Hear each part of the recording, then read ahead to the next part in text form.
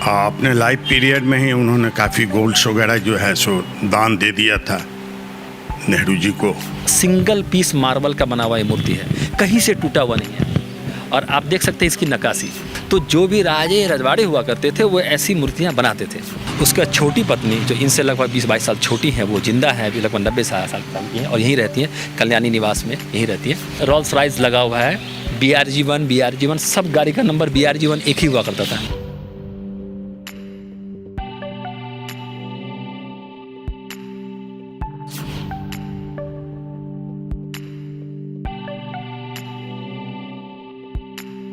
महाराजा कामेश्वर सिंह संविधान सभा के भी सदस्य थे।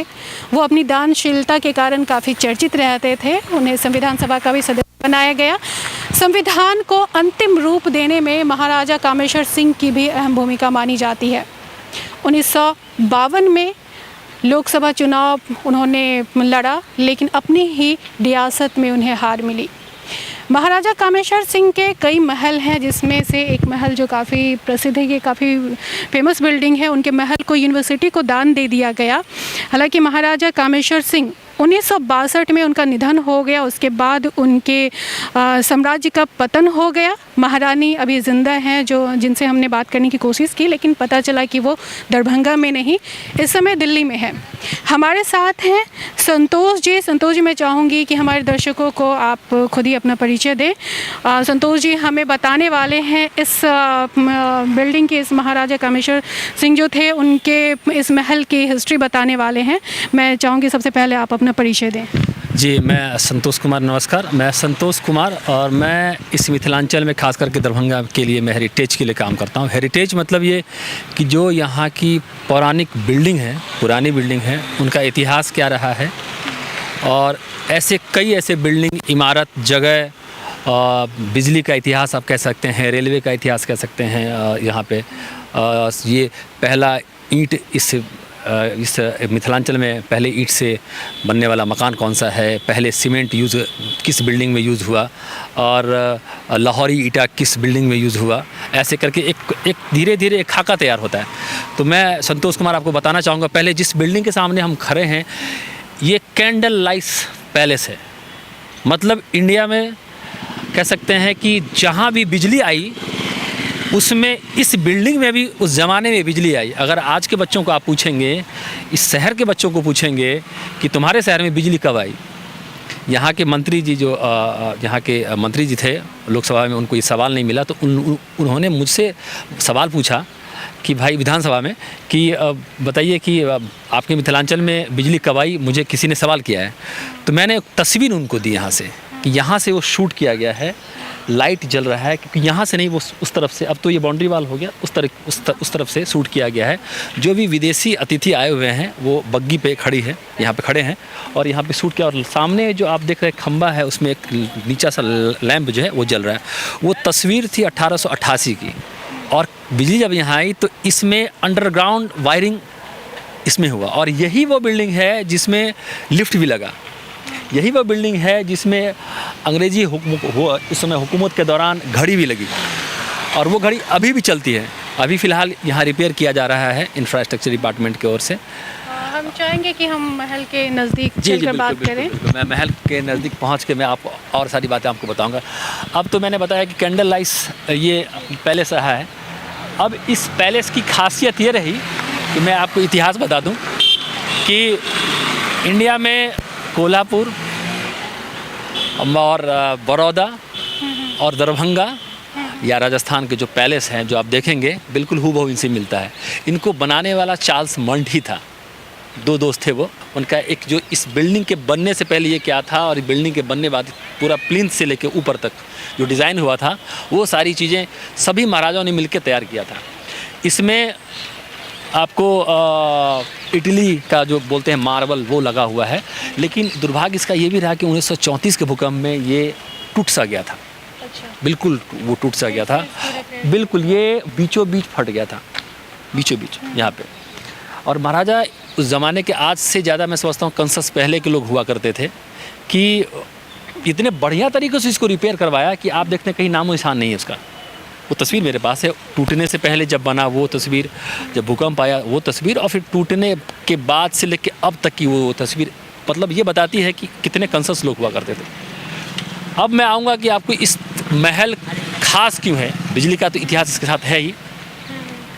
इसमें आप समझ सकते हैं कि उस ज़माने में जो कांग्रेस के कांग्रेस को बनाने वाले ए हुम, एनी बेसेंट, उनके जो संपर्क उस ज़माने के जो लोग थे उस समय के, उन सारे ए हुम से लेकर आप समझ सकते हैं कि 1878 में जो महाराजा थे यहाँ के लक्ष्मेश्वर सिंह, उनकी मृत्यु बहुत जल्दी हो गई। वो उनका स्टैचू वहाँ लगा हुआ है, उनका जन्म और मृत्यु 25 सितंबर को, मतलब जी हम उनका स्टैचू भी देखना चाहेंगे। हाँ बिल्कुल बिल्कुल, आइए। अच्छा, ये महाराजा कामेश्वर सिंह है। ये लक्ष्मेश्वर सिंह है, महाराजा कामेश्वर सिंह के बड़े अंकल। अच्छा। ये दो भाई थे, रामेश्वर सिंह और कामेश्वर सिंह। आप देख लीजिए, जैसे मैंने बताया कि 25/9 को 1858 को इनका देहांत, मतलब जन्म हुआ था। अच्छा। और बहुत कम एज में, मतलब समझिए कि 40 साल की एज में इनका देहांत हो गया। 40 साल की एज में इनका देहांत हो गया। और ये बहुत बड़े स्कॉलर थे, मतलब कई विषयों के ज्ञाता थे। इनकी पढ़ाई लिखाई इंग्लैंड में हुई थी, और बहुत, क्योंकि इनके द्वारा दिया गया किताब जो है, यहाँ 2 यूनिवर्सिटी है। एक ये आपका संस्कृत विश्वविद्यालय हो गया, दूसरा ललित नारायण मिथिला विश्वविद्यालय हो गया। उसमें 40,000 किताब इन्होंने दान में दिया था। इनके छोटे भाई, इनका भी बहुत पुरानी किताबें हैं। वो इंग्लैंड से एक लाइब्रेरी ही इन लोगों ने वहाँ से ख़रीद लिया था। तो आप समझ सकते हैं कि शैक्षणिक स्तर पे, एजुकेशन लेवल पे इन लोगों का क्या एक लेवल था। उस ज़माने में जब ज़मींदारी प्रथा 1952 में ख़त्म हुई, जो कामेश्वर सिंह का जो राजा का प्रथा जो ख़त्म हुआ, और जब उनको ये लगने लगा कि बहुत सारी चीज़ें देश के लिए देनी चाहिए, इलाहाबाद विश्वविद्यालय हो, बनारस आपको विश्वविद्यालय हो, और जो रामेश्वर सिंह इनके छोटे भाई थे, उनको इंडिया में पहला यूनिवर्सिटी इस्टेब्लिश करने का श्रेय जाता है, क्योंकि उन्होंने ही कलकत्ता विश्वविद्यालय स्थापित किया था। अभी भी आप जाएंगे तो वहाँ नाम लिखा हुआ, लाइब्रेरी में उनकी फ़ोटो लगी हुई है। बनारस का तो कोई बहुत बड़ी बात नहीं है, बनारस तो ऐसे ही लोग जानते हैं। एक रिजोल्यूशन लिखा हुआ है कि उसमें एज ए प्रेसिडेंट भी वो रहे बनारस विश्वविद्यालय के, और सबसे ज़्यादा दान उन्होंने ही दिया। विक्टोरिया महल में भी रामेश्वर सिंह ने दिया। मैं इन पे आता हूँ, तो ये बहुत बड़े स्कॉलर रहे, और 40 साल में ही इनकी मृत्यु हुई। ये मूर्ति जो है, ये इंग्लैंड से आई, एकास सिंगल पीस मार्बल का बना हुआ ये मूर्ति है, कहीं से टूटा हुआ नहीं है। और आप देख सकते हैं इसकी नक्काशी, ये चीज़ें जो बनती हैं, एक ज़माना जब हुआ करता था आज़ादी से पहले, उसके कुछ बाद तक ऐसी मूर्तियों का प्रचलन था। आप देखेंगे, चाहे दिल्ली में जाएं, बड़ौदा में जाएं, मैसूर में जाएं, राजस्थान जाएं, तो जो भी राजे रजवाड़े हुआ करते थे वो ऐसी मूर्तियां बनाते थे। तो ऐसा रेयर अब ऐसा नहीं बनता है, छोटे टाइप की मूर्तियां बनती है, लेकिन वो फिनिशिंग नहीं होता है। तो इनके जो भतीजा कामेश्वर सिंह थे, उन्होंने यहाँ पे उनका मूर्ति इस्टेब्लिश किया, क्योंकि इस महल का नाम लक्ष्मीश्वर विलास पैलेस है। और इसमें एक दरबार हॉल है जिसमें राजा बैठते थे, अपनी जनता की बात सुना करते थे। और यही वो महल है कि महामना मदन मोहन मालवीय, वो तस्वीर मेरे पास है, कि यहाँ पे आए थे, उनका स्वागत हुआ था, और कहते हैं कि वाद विवाद हुआ था, जो बहुत बड़े बड़े दूर से विद्वान आए थे। गेस्ट हाउस है जिसमें गांधी जी भी आकर ठहरे थे। वो भी guest house, European guest house है। अब उसको गांधीशाला बोलते हैं, गांधी अतिथिशाला बोलते हैं। 2 दिन जब महात्मा गांधी आए थे भूकंप में, तो यहाँ रुके थे वो। तो महात्मा गांधी जब आए थे, महात्मा गांधी वैसे दरभंगा में 4 बार आए, 1928 से लेकर 1934 तक, और मेरे ख्याल से 42 में भी आए थे। तो 4 बार उनका आना जाना है। 2 बार उनकी तस्वीर ऐसी लगी, जो उनका 34 में जो आए वो तस्वीर, वहाँ पर उनका स्वागत किया गया था, तो आए। तो ये सबसे पुराना महल इनका हुआ। इनके महल बनने के बाद, ये महल बनने के बाद ठीक उस तरफ छत्र निवास हुआ करता था। छत्र सिंह एक सीरीज़ है। छत्र सिंह के बाद महेश्वर सिंह के 2 पुत्र हुए, लक्ष्मेश्वर सिंह 2 भाई, रामेश्वर सिंह के 2 पुत्र हुए, कामेश्वर सिंह, विशेश्वर सिंह वही है जो संतोष ट्रॉफी अब इंडिया में, उसके पहले प्रेसिडेंट वही हुआ करते थे। बहुत जल्दी उनका 1959 में उनका देहांत हो गया। महाराजा कामेश्वर सिंह के निधन के बाद उनके साम्राज्य का पतन हो गया। जी, उनकी 3 पत्नियाँ थी। देखिए, होता है कि कोई चीज़ें अगर बर्बाद होती है तो उसको बर्बाद करने वाला कोई साम्राज्य या राज्य या कोई पार्टी तभी बर्बाद होती है जब आपके घर के अंदर में कौतूहल का विषय बन जाए। राजा कामेश्वर सिंह बहुत अच्छे। उसकी एक वजह ये भी है कि महाराजा कामेश्वर सिंह ने अपना उत्तराधिकारी घोषित नहीं किया, किसी को भी। उन्होंने अपना उत्तराधिकारी घोषित किया था बतौर जो जीवेश्वर सिंह, जो आपको रामेश्वर सिंह के मतलब छोटे बेटे विशेश्वर सिंह के जो पुत्र थे, तो उनको उन्होंने घोषित किया था। लेकिन क्या है कि जब परिवार बहुत बड़ा हो जाता है तो गहमा गहमी सी स्थिति वो बन जाती है। वो भी 4 भाई थे, तो वो ऐसी स्थिति में इतने वो बिजी रह गए अपने पार्टी को लेके और अपने इस मिथिलांचल को लेके कि ऐसी चीज़ें उनको सोचने का टाइम नहीं मिला। और उनकी जो मृत्यु हुई 1962 में, तो बहुत सारी चीज़ें आधी अधूरी वो छोड़ के यहाँ से निकल गए। इससे पहले उनके भाई का देहांत 1959 में हो चुका था।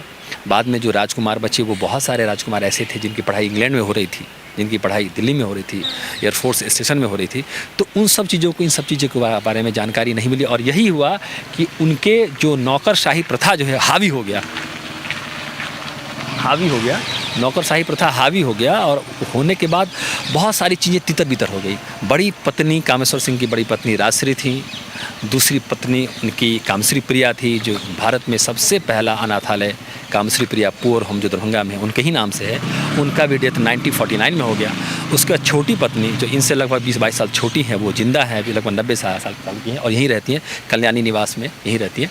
तो ये सब चीज़ें संभालने में समझ से बहुत सारी चीज़ें कलकत्ता से लेके इंग्लैंड, राजस्थान, शिमला, बहुत सारी चीज़ें उनको बिखरी हुई थी जिनको समेटना मुश्किल हुआ। और यही कारण है कि कोई अस्थाई जो कहते हैं कुमार इस सब चीज़ को संभाल नहीं पाया और इसका पतन हो गया। हमने देखा कि वो किला जो है, किला की दीवार अभी भी वैसे ही है, लेकिन वो अंदर जो है बहुत सारी चीज़ें बिक चुकी है। आप उसको पर्यटक स्थान भी बना सकते थे, इससे स्थानीय लोगों को रोज़गार भी मिल सकती थी। आप बोध गया जाकर देखिए, बोध गया को किस तरह से बनाया गया है। वैसे आप दरभंगा में इतने खूबसूरत महल हैं, इतने बड़े बड़े किले हैं महाराजा के, लेकिन आज वो खंडहर में तब्दील हो चुके हैं। सबसे बड़ी चीज़ें हैं अवेयरनेस, लोगों को जागरूक होना बहुत ज़रूरी है। हम यहाँ से दिल्ली पहुँचते हैं, राजस्थान पहुँचते हैं, तो वही चीज़ें हम 50 रुपया 100 रुपया दे के देखते हैं, लेकिन अपने घर की बात है तो घर की मुर्गी दाल बराबर। अब जो किला है वो किला अंदर से तो राजकुमार साहब का है, ये शायद उनको लोगों ने बताया नहीं, या फिर जो आपको मैंने जैसा बताया कि उनकी पढ़ाई लिखाई बाहर में ही और हर चीज़ों, क्योंकि जब आप राजा बनते हैं तो आप चाहते हैं कि आपका जो लेवल हो, आपके लेवल में किसी चीज़ को आने के लिए सबसे पहले आपको उसको एजुकेशन देना बहुत ज़रूरी है। वो पढ़ेगा तभी सारी चीज़ें देख सकता है। तो वो सब जो थे बाहर थे, उन सब चीज़ों को, इन सब चीज़ों की कोई खबर नहीं थी। और इसके बाद भी हुआ यही कि अब जैसे किला है, किला के अंदर वो झील सा बना हुआ है, मछलियाँ हैं बहुत सारी, अब तो बिक गई, अब तो कुछ रहा नहीं, सिर्फ किला सब ये बचा हुआ है। यूनिवर्सिटी दोनों को देने से मुझे नहीं लगता कोई फ़ायदा हुआ, क्योंकि यहाँ केवल कंस्ट्रक्शन का काम चलता रहा। जब तस्वीर आप देखेंगे, खुला आकाश है एकदम, पेड़ों की इन्वायरमेंट, जल निकासी इतने बेहतर तरीके से, यहाँ जितने भी तालाब हैं एक दूसरे से कनेक्ट था। कभी दरभंगा में पानी जमता नहीं था। महाराजा ने बहुत बड़ा चीज़ किया कि हर तालाब का एक दूसरे से अंडरग्राउंड, 100 साल पुरानी बातें मैं कर रहा हूँ, अभी नहीं, अभी जो नाला तोड़ के बनता है, अंडरग्राउंड सीवरेज सिस्टम बना हुआ था कि एक तालाब का पानी अगर लेवल बढ़ता है तो दूसरे में जाएगा, बहुत लेवल बढ़ता है तो सीधा बगल में बागमती है वहाँ जाएगा, दूसरी तरफ कमला है वहाँ जाएगा, और दोनों की पार्ट में ये दरभंगा शहर बसा हुआ है। तो महाराजा ने इसकी व्यवस्था की थी। महाराजा का अपना स्टीमर था, महाराजा का अपना हवाई जहाज़ था। महाराजा ने स्टीमर से, हवाई जहाज़ से वो वहाँ का मिट्टी, वहाँ का जो भी इससे रिलेटेड चीज़ें होती हैं, जो पेड़ जहाँ से फलता है, वो सब चीज़ें वो यहाँ के लगाया, तब जाके वो चीज़ यहाँ। और हाँ, खास करके एक बागवान थे जो चार्ल्स मैरिज ने यहाँ लगभग 400 प्रजाति के आमों को फलाया, मतलब हाइब्रिड किया। उन पे किताब भी है, इंग्लैंड के आप म्यूज़ियम में जाएंगे या ढूंढेंगे आप तो वहाँ किताब भी है। और चार्ल्स मैरिज ही एक ऐसे बागवान रहे जो यहाँ के महाराज के कामेश्वर सिंह के बागवान रहे। कामेश्वर सिंह का संबंध विक्टोरिया जी से बहुत अच्छा सा है रहा, अभी जो जिंदा हैं, वो तस्वीरें कहती है, एक सीरीज़ में है उनके साथ। और वही बागवान बाद में विक्टोरिया जो है इंग्लैंड में, उनका भी बागवान रहा। तो आम का भी जो कहते हैं हाइब्रिड बनाने का काम यही स्टार्ट हुआ। बहुत सारे लक्ष्मेश्वर के नाम से भी आम बना, गुलाब खास वगैरह, इस तरीके से बहुत जो बॉटनी के डिपार्टमेंट के लोग हैं, कुछ लोग ऐसे हैं बच्चे जो आपको बता सकते हैं। अब आते हैं कि इस महल की एक और खासियत मैं बताता हूँ। 1933 में पूर्णिया एयरपोर्ट था, यहाँ पे लैंड नहीं हुआ करता था, तो इंग्लैंड की टीम महाराजा आर्मी हवाई अड्डा था ना, हाँ आर्मी हवाई अड्डा। इंग्लैंड की जो टीम थी, जो एयरफोर्स के जो पायलट्स थे, उनको जब वर्ल्ड में सबसे पहला शूट एरियल शूट हवाई शूट फोटोग्राफी दरभंगा महाराज के ही प्लेन से हुई थी और उन लोगों को इसी महल में इस दरबार हॉल है सामने यहाँ पे पार्टी दी गई थी। यहाँ से सीरीज से लगभग 100 हाथी लगा हुआ है, इधर रोल्स रॉयस लगा हुआ है, BRG1 सब गाड़ी का नंबर BRG1 एक ही हुआ करता था। BRG1 क्योंकि उन समय जो हुआ करते थे राजे राजवाड़े वो एक नंबर की ही गाड़ी लिया करते थे और उन सबको बहुत आलीशान पार्टी यहाँ दिया गया था। तो आजकल जो लोग कह रहे हैं कि दरभंगा एयरपोर्ट स्टार्ट हो रहा है, ये कोई नई बात नहीं है, वो अपनी क्रेडिट ले रहे हैं, ये कोई नई बात नहीं है। ये लोगों को एक तरह से कह कि बेवकूफ़ बना रहे हैं। आपकी जानकारी बहुत कम लोगों को है, तो मैं चाहूँगी कि आप इसके बारे में थोड़े विस्तार से बताएं। 1962 तक यहाँ पे जो 1941 में यहाँ पे महाराजा के जो सबसे जीवेश्वर सिंह कुमार थे उनका उपनयन हुआ था। उस उपनयन में विदेश से दिल्ली से लेकर इंग्लैंड तक के लोग आए थे। उनका उस एयरपोर्ट से लेकर इस महल तक का शूट है, वीडियो शूट है, तो आप देखेंगे तो आप समझ जाएंगे। तो अब लोगों को एक थोड़ा सा मसाला चाहिए कि एयरपोर्ट स्टार्ट हो रहा है। सरकार पे मैं टिप्पणी नहीं कर रहा हूँ, सरकार को किसी ने बताया नहीं है कि दरभंगा का विमान का अपना इतिहास रहा है। तो 1927 से लेकर 1962 तक कम से कम यहाँ हवाई जहाज़ उड़ा और 11 से लेके मैं समझता हूँ गिनती में नहीं होगा कितना हवाई जहाज़ है।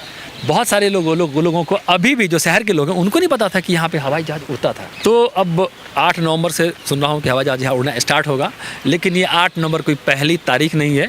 ये 1927 के बाद 1962 तक ये तारीख पे तारीख चलता ही रहा। और महारानी के पास शायद आप गई थी, अगर आपको नहीं मिला तो वहाँ देखेंगे प्लेन का पूरा टाइम शेड्यूल बना हुआ है, कितने लोग आए, कितने लोग गए, उस समय उसका फेयर क्या था, कहाँ से कहाँ तक फ़्लाइट चली, कहाँ से कहाँ फ़्लाइट तक आई, कौन कौन से लोग थे और उस प्लेन का स्पेयर पार्ट्स कहाँ से आता था कलकत्ता में, वो भी सारा कुछ लिखा हुआ है। महारानी से आपकी मुलाकात होगी तो आप ये सब चीज़ें वहाँ देख के आप लोगों को बता सकते हैं कि वो नई कहानी नहीं है। तो दरभंगा का इतना रोमांचपूर्ण इतिहास रहा है। अब और भी महल हम देखना चाहेंगे। बिल्कुल।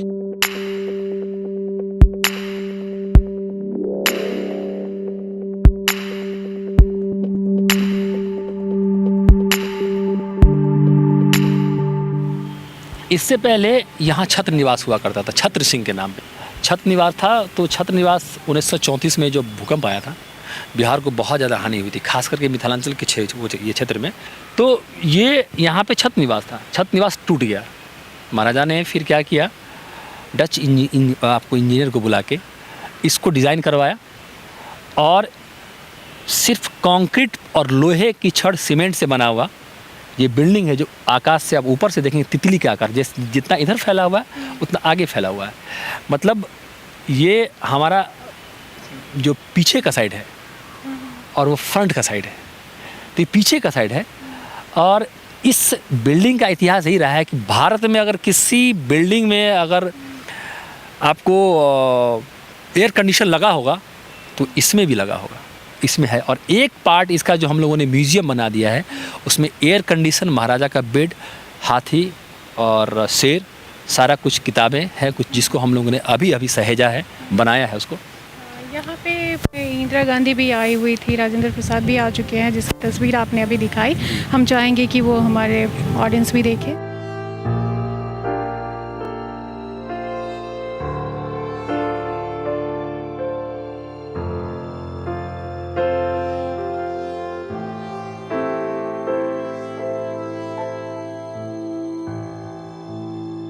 अब मैं इस महल के बारे में आपको बता दूं कि ये महल तो कंक्रीट का बना हुआ, बिना ईंट के बना हुआ, और ये इस महल की जो कैपेसिटी है भूकंप की, जो रिएक्टर स्केल पे है, कहते हैं कि 10 पॉइंट तक ये सह सकता है। ये इतना मजबूत है ये, क्योंकि 1934 के बाद कई बार भूकंप आया और कहीं भी कुछ इसको नहीं हो पाया। इस महल के बारे में आपने बताया, हमारे पीछे हम जहाँ खड़े, हमारे पीछे झील भी है, इस झील के बारे में भी हम जानना चाहेंगे। ये हर राजवाड़े का एक अपना स्टाइल होता है कि अपने कैंपस में, ये पहला ऐसा कैंपस है या ये बिहार का जिसमें ट्रेन भी आता था, जो मैंने बताया आपको, नरगौना टर्मिनल पहला कैंपस है। और तालाब का ये पैनोरामा, तालाब का जो नियम यही कहता है कि तालाब के कोने पे, जिसको देहाती लैंग्वेज भिंडा बोलते हैं, उसके किनारे पे पेड़ लगा हो। आजकल लोग तालाब के किनारे मकान बनाते हैं और टॉयलेट का पाइप जो है तालाब की तरफ घुमा देते हैं। ये आप देखिए कि पर्यावरण के दृष्टिकोण से महाराजा ने हर तालाब के चारों तरफ आम का पेड़ लगाया, नीम का पेड़ लगाया, पीपल का पेड़ लगाया, बरगद का पेड़ लगाया और बहुत सारी ऐसी चीज़ें हैं। तो उनको ये लगा कि कम से कम ये महल इस मौसम में जहाँ स्वच्छ पानी का जो आवागमन होता है वहाँ रोग काफ़ी दूर होता है। तो पेड़, पीपल, बरगद और तालाब। बहुत ही कम समय में यहाँ की हिस्ट्री को बताना ये तो बहुत ही मुश्किल है। हम फिर अपने ऑडियंस को दिखाएंगे, आप से स्पेशल हम उनसे बातचीत कराएंगे, आपको रूबरू करवाएंगे अपने ऑडियंस से। हम चलते हैं अब महाराजा के परिजनों से मिलने के लिए।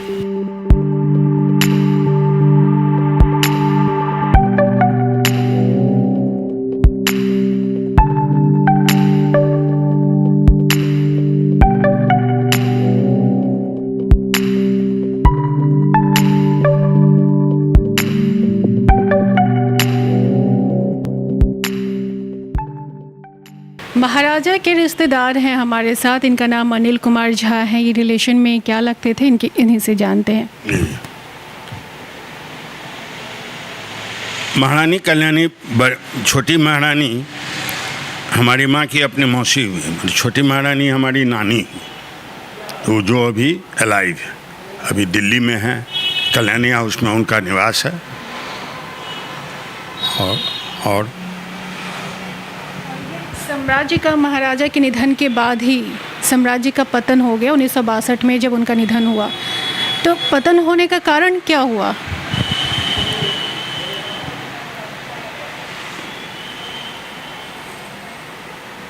वारिस नहीं होने से उनका कोई इशू नहीं था। जो उनके कज़न भतीजे वगैरह थे, सुरेश्वर सिंह, 3 भाई थे, तो ये लोग नहीं संभाल पाए, जिसके वजह से ट्रस्ट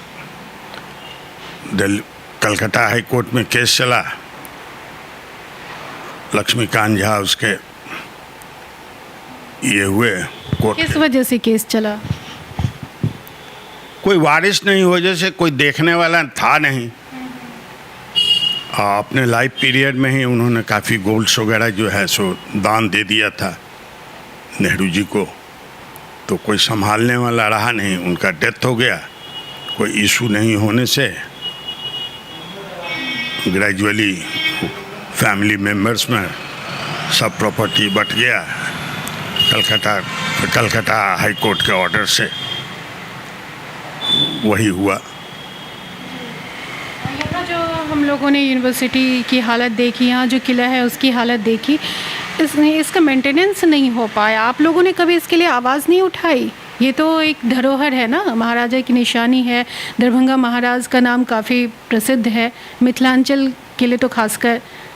तो इसको सहेजने के लिए आप लोगों ने कभी आवाज़ नहीं उठाई? मेन जो हेड ऑफिस वगैरह था गवर्नमेंट ने ले लिया, यूनिवर्सिटी को उन्होंने दान दे दिया। और नरगोना पैलेस, नरगोना पीजी को दान दे दिया गया। जगन्नाथ मिश्रा, ललित नारायण मिश्रा, इन्होंने उस टाइम में गवर्नमेंट में ये लोग पावरफुल थे, तो दान के रूप में इन्होंने सब राज से प्रॉपर्टी ले लिया राज के नाम पर। गवर्नमेंट भी ध्यान नहीं दे रही है, ये जो स्थिति हो गई है। यूनिवर्सिटी को दे दिया है, यूनिवर्सिटी अब डेवलप कर रही है। अब अभी राजा दरभंगा के अंडर अभी रामबाग पैलेस का रामबाग पैलेस ही सिर्फ बचा है, जो वहाँ जो है जो मेन भगवान या भगवती हम लोग जिनको कहते हैं माधुत, उनका गोसाउनी घर कहते हैं। मैथिली में उसको गोसाउनी घर, जहाँ उनका जन्म हुआ था महाराजा का, तो वो एक मंदिरों का ट्रस्ट की ऑफिस है। और यूनिवर्सिटी में भी कुछ पोर्शन में जो है अभी दरभंगा राज का ही ऑफिस है, पुराने पेपर्स वगैरह सब है। तो इसी तरह सब अस्त व्यस्त हो गया, कोई देखने वाला नहीं है। और सब बेचने के पीछे लग गए, टोटल प्रॉपर्टी बिक गया। यही इसलिए वारिस नहीं होने की वजह से। हाँ, वारिस नहीं होने की वजह से ये सब हुआ। इंडियन नेशन इतना बड़ा धरोहर पटना का, वो भी चला गया। कोई उसको बचा नहीं सका, उसके कर्मचारियों को भी पैसा नहीं मिला, तो गलत लोगों के में दे दिया गया। जो कामेश्वर वो इंटरनेशनल जो है कामेश्वर, वहाँ भी सब बिक गया, सब जैसे तैसे सब बिक गया। सब जगह का प्रॉपर्टी ऑलमोस्ट, रांची का भी प्रॉपर्टी बिक गया, कलकत्ता का भी प्रॉपर्टी बिक गया, बनारस का भी बिक गया। यहाँ अब तो सब प्रॉपर्टी बिक ही गया। और तो कुछ अब यहाँ वही मंदिर ट्रस्ट है, कुछ ट्रस्ट का कुछ ज़मीन पोखरा वगैरह मंदिर से होगा 200 से ऊपर मंदिर टेम्पल्स हैं, उसकी ट्रस्ट है, जिसकी ट्रस्टी महारानी देखती हैं। काफ़ी प्रॉपर्टी है मंदिरों के अंदर भी, अभी भी काफ़ी प्रॉपर्टी है, उसको भी सहेजा जाए। अब जैसे आप देखिए ये श्यामा मंदिर, ये सब ट्रस्ट की प्रॉपर्टी थी, तो वहाँ इतना आमदनी हो गया तो श्यामा मंदिर को गवर्नमेंट ने टेक ओवर कर दिया, और रेस्ट वैसे सब महाराजा की प्रॉपर्टी है। वहाँ शमशान घाट है, वहीं जलाया जाता है सभी फैमिली मेम्बर्स को। तो कमज़ोर होने से गवर्नमेंट ने सबको आस्ते आस्ते टेक ओवर कर लिया। महारानी अभी छोटी महारानी जो है वो अभी जीवित हैं, तो क्या उनकी देखरेख के लिए कभी सरकार ने कभी उनकी खोज खबर ली? नहीं, सरकार ने कभी खोज खबर नहीं ली। अब तो उनका एज करीब 87-88 हो गया है, काफ़ी एज हो जाने से वो कुछ कर नहीं पा रही हैं। महाराजा के फैमिली से कितने लोग हैं अभी? अब बड़े कुमार थे, यहाँ राजा बहादुर उनके छोटे भाई थे, पोस्टल ट्रेनिंग सेंटर में जो अभी बेला पैलेस था उसमें रहते, उनके 3 लड़के थे। बड़े लड़के की 7 बेटियाँ, वो लोग हैं, और एक भतीजा भी है, और सुवेश्वर सिंह थे सबसे छोटे, उनके 2 इशू हैं, एक अमेरिका में है, वो कपिलेश्वर सिंह है। अब मेन वही इधर देखता है, महारानी के अलावा कपिलेश्वर सिंह नाम है, कुमार सुवेश्वर सिंह के वो देखता है। वो दिल्ली रहते हैं, यहाँ रहते हैं, रामबाग का आप प्रॉपर्टी वही देखते हैं। सब बेच के खा रहे हैं और कुछ नहीं, कोई डेवलपमेंट नहीं। पब्लिक ट्रस्ट की जब पब्लिक प्रॉपर्टी भी जो था, जैसे हॉस्पिटल वाला, वो पोर्शन कुछ होने नहीं दिया कभी किसी ने, उसकी भी प्रॉपर्टी सब आस्ते आस्ते लोग बेच खाए, पब्लिक भी ध्यान नहीं दी। रामबाग ट्रस्ट के भीतर का भी सब ज़मीन, रामबाग पैलेस के भीतर का भी ज़मीन सब बिक गया, कोई देखने वाला है नहीं, सब बिक रहा है। Thank you.